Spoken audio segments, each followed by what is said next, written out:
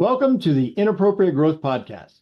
Today, we have a special guest who's a trailblazer in the realm of whole human fitness. He's a seasoned holistic health coach, a human optimization expert, and a top trainer in Canada. Ladies and gentlemen, get ready to meet the one and only Josh Chessman.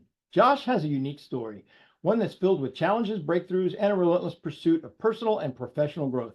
From his early days as a coach, living out of integrity, to his current role as the leader in the fitness industry, Josh has faced adversity head on and emerged stronger. In this episode, we'll delve into Josh's journey, exploring his origins, early struggles, big wins, and plans for the future.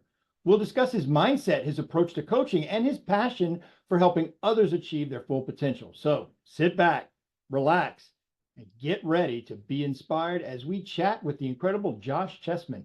Get ready to get inappropriate.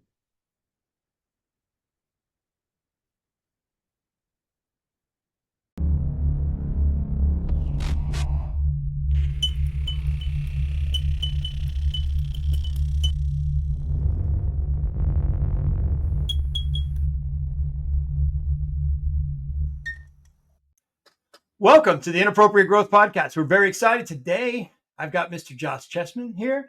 And Josh, so I don't mess it up, why don't you tell the audience, people listening and people watching, where you're at, how you got there, and what do you do? Yeah, so I live in Victoria, BC on the island.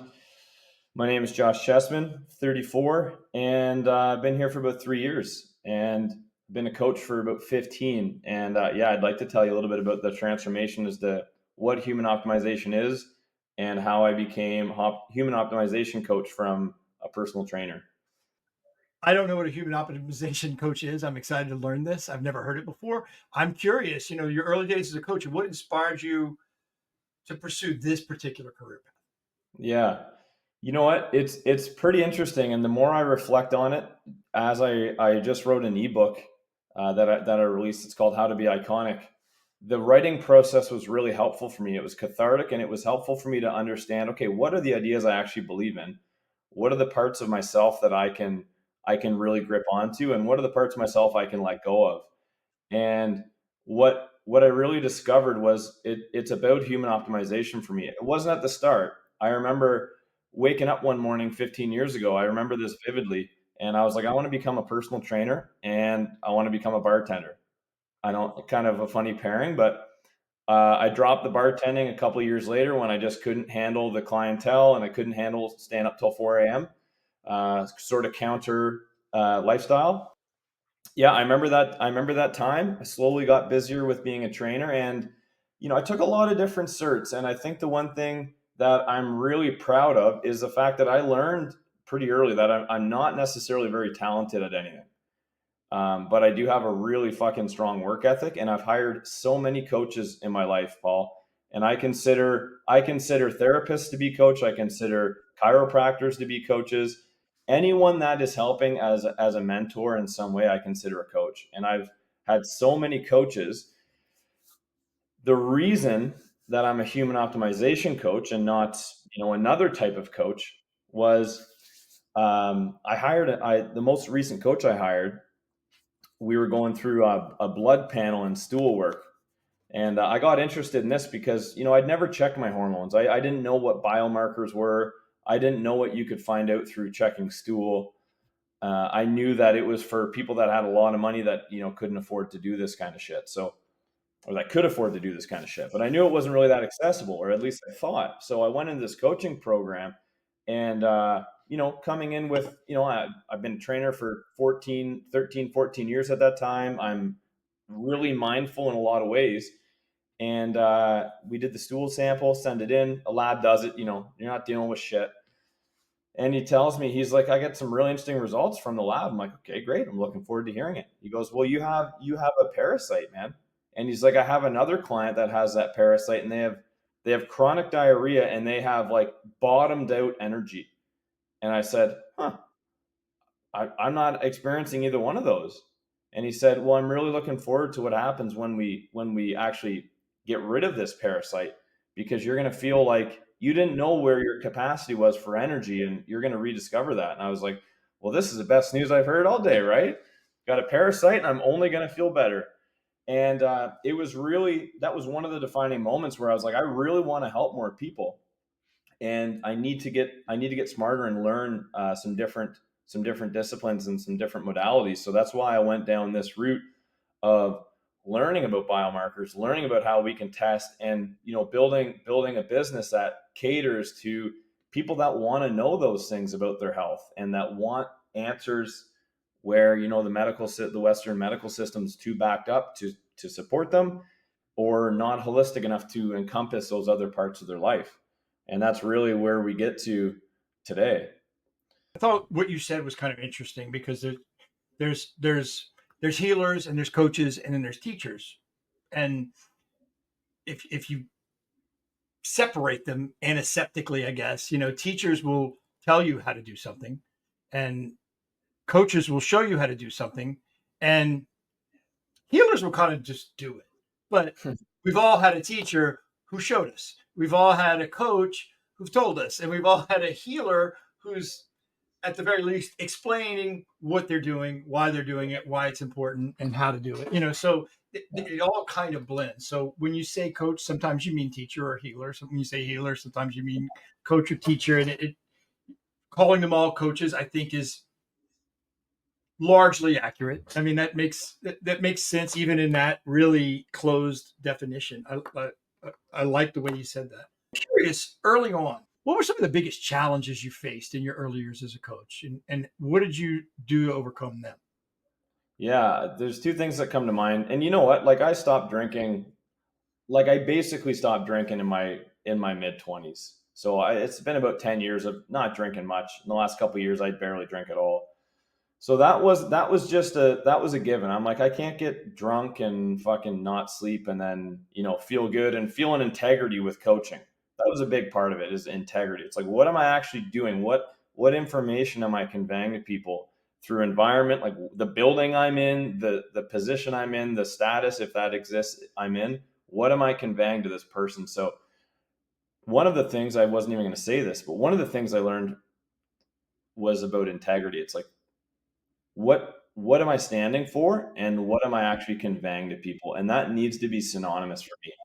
I think in a world where a lot of people are full of shit, it's it's really nice to meet people, and that's why I want to be one of those nice people to meet, is because it's uncommon. It's like people put on a facade, people are smiling when they're not, people are not vulnerable. We've lost a lot of the skills to be authentic and be honest.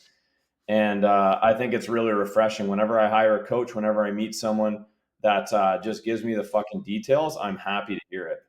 Yeah. Um, Well, when everybody's thirsty for authenticity, just a little bit, Totally. separates you from a herd. A lot Yeah, of it's going to push you probably towards success, whether you want it or not. I think so, Paul. Yeah, I do. And you know what? At least I go to bed feeling good about it, if nothing else, right? It's like I don't want to live in a way where I'm just, saying a bunch of shit just to make myself look better. And I have to catch myself because that's a world we live in. We're influenced by that. Like I got to look a certain way, I got to post a certain way.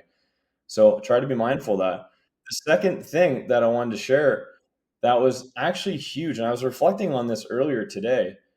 When I was about 27, I scared the shit out of myself, and I was on a warpath, man. I was super ambitious. I had just won top trainer in Canada as a personal trainer, and that was the goal I set to achieve. I was obsessed over that goal. I was in real estate. I was competing in strong amateur strongman competitions. No kids, but I was pushing the fucking faders high, right?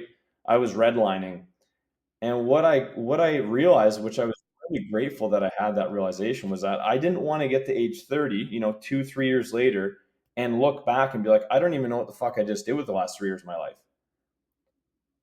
And I was so grateful that I had that realization, because at that moment I decided to start to slow things down and look at some of these weaker points in my life. And one of the weaker points was, for me, was emotional intelligence, and just how to actually understand what was going on in my body. And not that I've mastered it now, but even having that extra level of mindfulness around anxiety and how me feeling anxious is conveyed to other people around me that know me, that don't.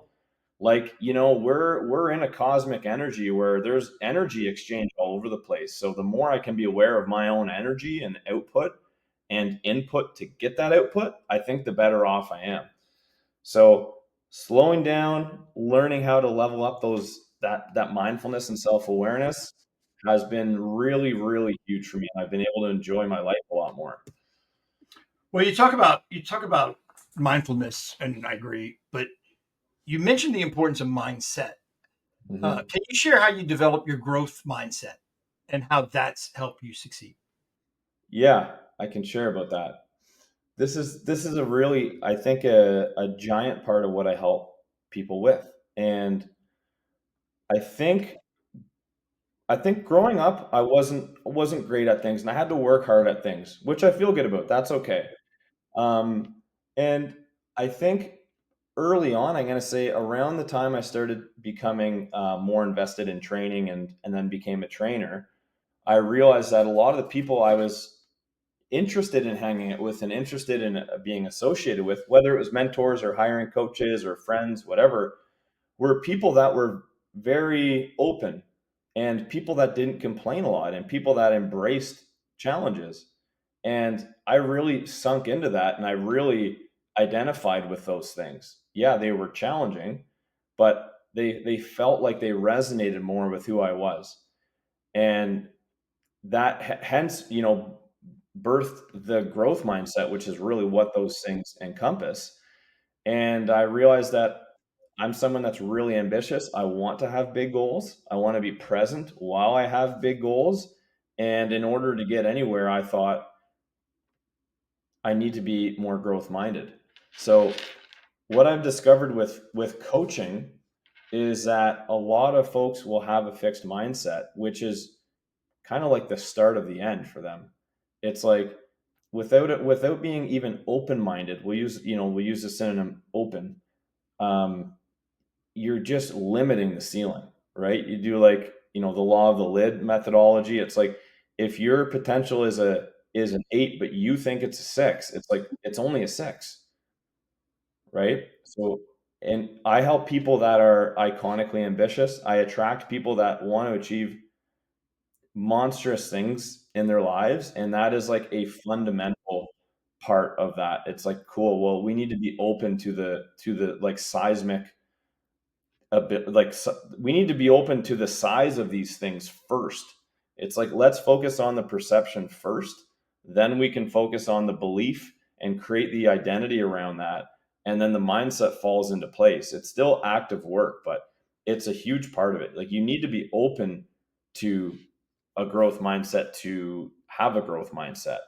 Yeah. Well, with growth mindset is it to me was always about environment, right? If your capacity is 8, but you're hanging out with a bunch of 5s, Yeah, you're on top of the hill at 6, yeah, and you're totally. not exerting a whole lot of energy to get to a 6, Yeah, so you can get comfortable. But like you said, that's the beginning of the end. Now, 100%. That's well said. routines and habits. Fitness is one of those things where you can't really fake it. I mean, even if you're using performance enhancement drugs, you Yeah, still got to show up. You still got to do the work. There's no medicine or chemical that can do it for you. There's still, I don't care how many steroids I take. I'm not hitting 700 home runs in Major League Baseball. Doesn't matter. I'm not going to do it. There was already some talent. There was already some. It was just a little bit of cheating at the top. sure. Um, but when it comes to routines and habits, what daily routines or habits have been instrumental in your personal and professional growth? You know what? It's a good question, and I want to tell you a failure I had with that, because I don't think this is where a lot of people tell you about how much time they wasted on habits. A couple years back, I had a glorified morning routine, man, and it was during the time where a lot of people that I followed and spoke about their routines, they glorified morning routines. It was all about cold baths and fucking breath work and everything you could possibly do. And I bit right into that, man. I had like the most biohacked morning possible. It was like 3 hours. It was like I did cold exposure, I did breath work, I did mindfulness, I did meditation, I did staring at a dot for focus, I did reading, I did I forget what app I was using for like cognitive function. I read Stoic philosophy, I trained. It was, I had my hydration, I had my meal when I was fasting. It was just like it was fucking ridiculous, to be honest. Um, a lot of those things I did before anyway. It was just, I thought, you know what? I'm going to do everything in the morning and see how I feel from that. What I realized was that number one, it's not very sustainable. I have a son. Um, I don't know who can spend 3 hours on a morning routine. And the second thing I realized is a lot of those things actually didn't improve the thing I wanted to improve. They were nice. I had, endorphins were released. I get the benefit, but I didn't need to do all those things in order to do the thing I wanted to do, which was help clients, right? Be present, be fit as fuck, and be at the kind of top of my game. All I needed to do right now, what my morning routine is I study for 25 minutes with a clear desk, phones fucking away, it's still on airplane mode. I have hydration in the morning. I add salt and I add some electrolytes to my water. Salt is an electrolyte, but I do a combo. I have creatine in the morning. That's like 7 seconds. And then during my morning where I'm like taking a piss, I've programmed myself to go through gratitude. So that's just how I wake up. Is I think about things I'm grateful for. Very, very simply, no magic to it. Take a piss, and for most mornings, I sit down at my desk. I'm standing up now, but I think sitting feels better in that morning, and I just do focus work for like 25 minutes. That's it. I don't train in the morning. I try to do cold showers. I don't do saunas. I don't do infrared therapy. I don't do Stoic philosophy. I just try to read because I'm trying to get smarter, and I drink water because that's something that takes 10 seconds and feels better immediately. Let's talk about some big wins. Can you share some of the biggest accomplishments as a coach and what they mean to you? Yeah, you know what? Some of the biggest accomplishments as a coach are some obvious ones. And these are kind of like these are nice because a lot of people will hear these. These are like the Instagram stories where you're like, "Holy fuck." And it's like examples of a guy losing 180 pounds. So, has that happened a lot? No. That's really, really hard to get someone to lose an entire body worth of weight. But I've done that. It was a lot of hard work for the client. A lot more of the successes are well, I don't want to call them minor. They're major things, but they're not appearance wise. So they're hard to share about.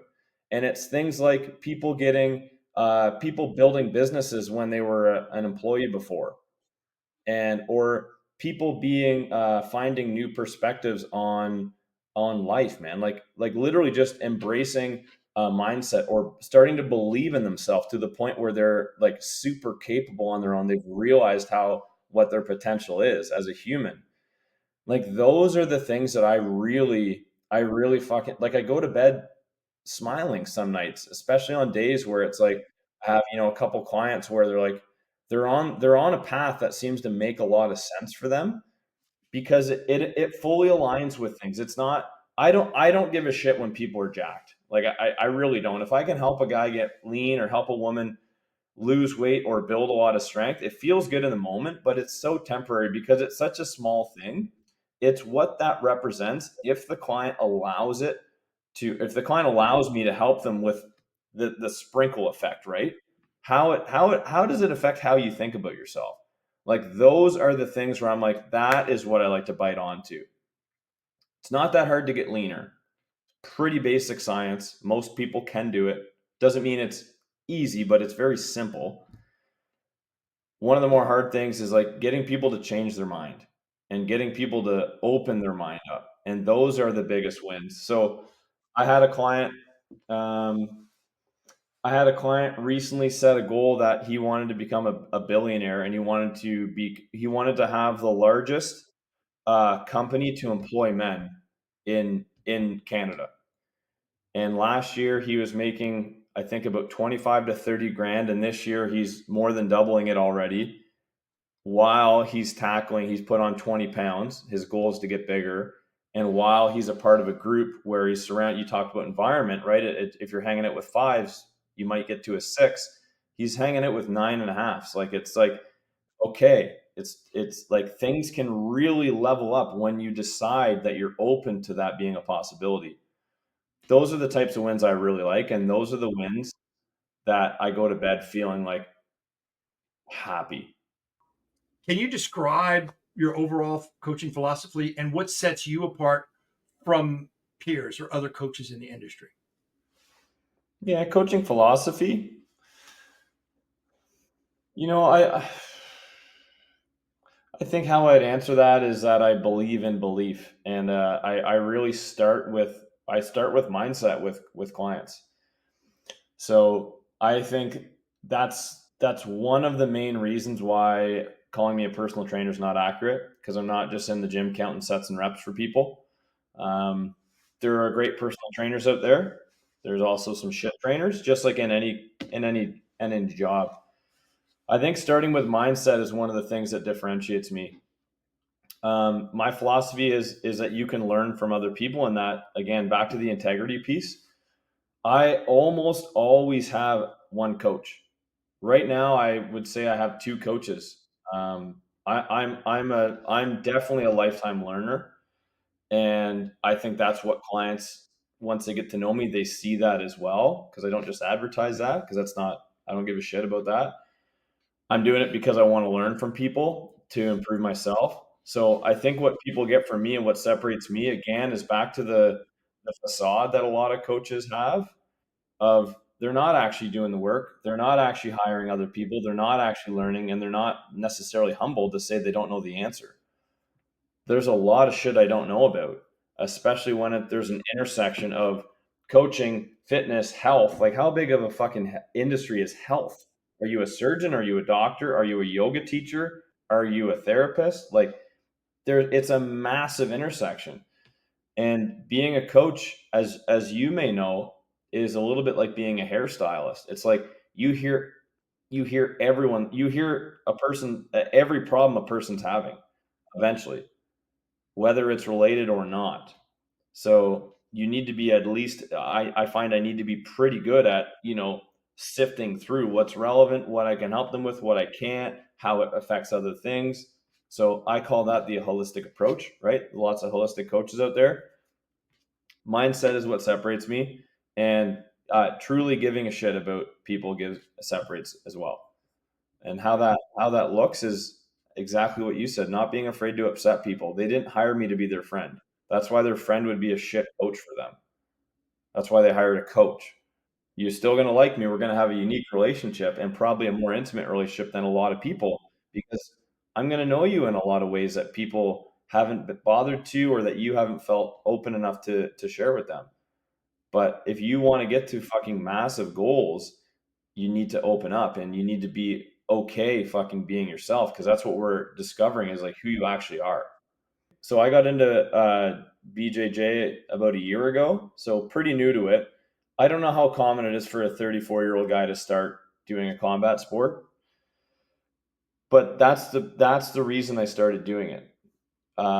Because I sucked at it, because I thought that I wouldn't be able to hold my own, and I had to be humble doing that, or I would just constantly get choked out and beat up. Like that. That is the answer to that. What are your goals for the future, personally and professionally?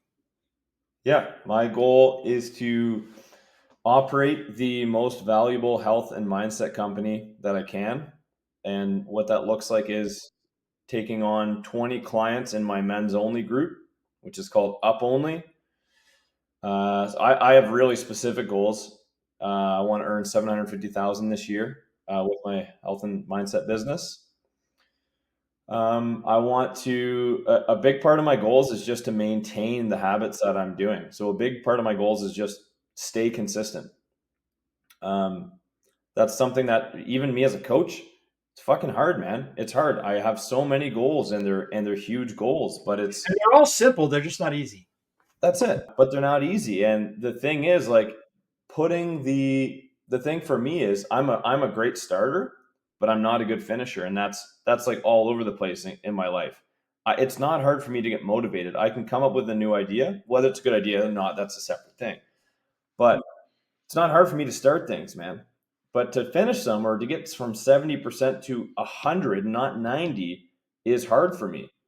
Like, there's like 2 unfinished ebooks I've written that are like 90% done, and I haven't done anything with them, right? Or the albums I have that I could release on Spotify that are, I have like 70 songs written that I haven't done anything with.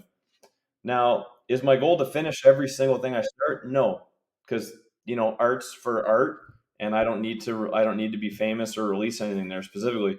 But it's to maintain the consistency, and I track all those things.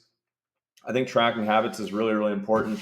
I think journaling is really important, and staying on top of that. So consistency, and I'm learning Spanish as well.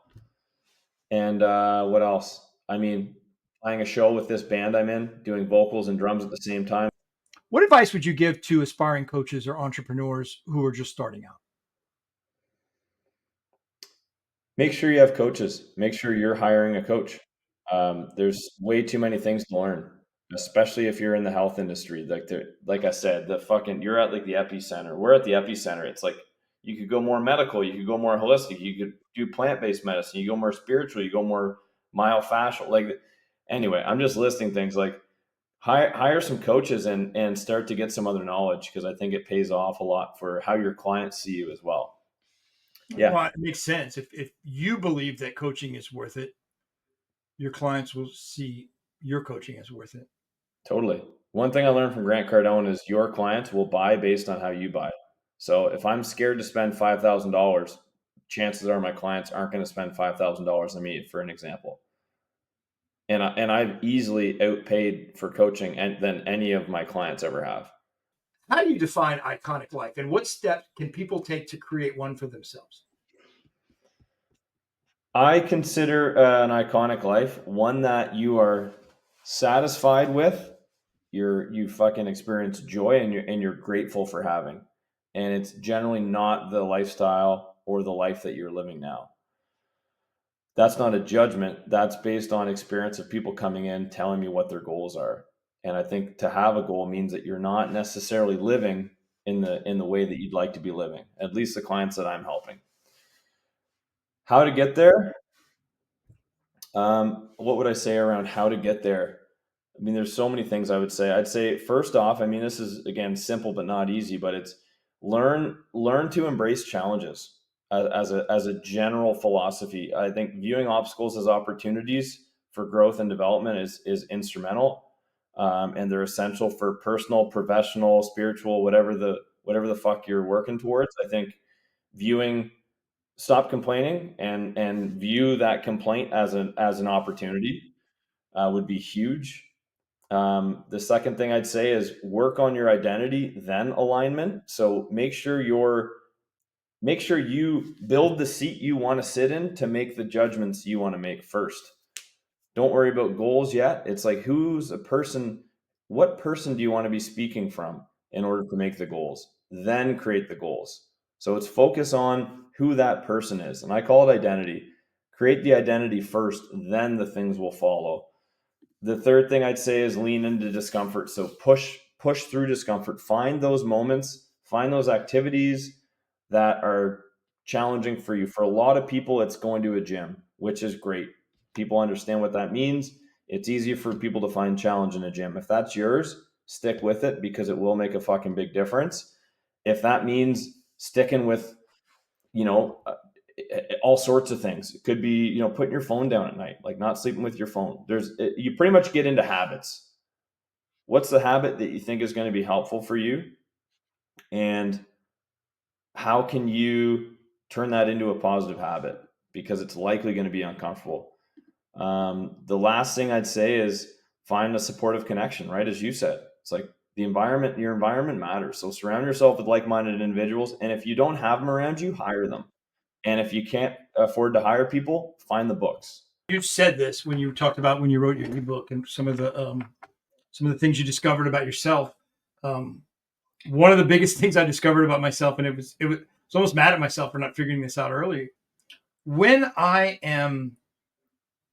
my confidence is a 10 out of 10, that I know what I'm talking about, or that I am an expert on a particular task or how to do something or a process, always trace it back to an epic fail where money was lost, relationships were ended, people got hurt. It was a F up in every sense of the word. Because I'm not going to go through that again. And Yeah. some lessons are way more expensive than others, but they're Yep. all lessons and they're all valuable. And if you look at the failures as lessons instead of some sort of anti-validation, Yep. you're going to be risk averse. You're not going to want to grow. You can't grow without risking. Totally. Play poker. Scared money doesn't make money. There's a mindset around embracing failure, because failure just means I got that one out of the way. Totally, So man. move Yeah. on.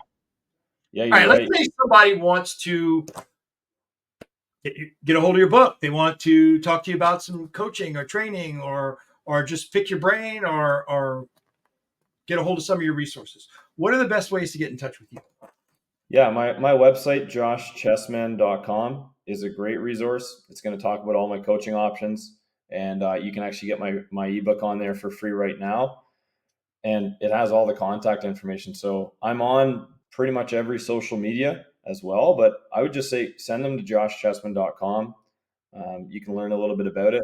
For most people, it's not going to be for them because most people aren't going to be ambitious enough and they're going to be like, holy fuck, this is a real deal. Most people will be skittish, but there will be select people that are like, you know what?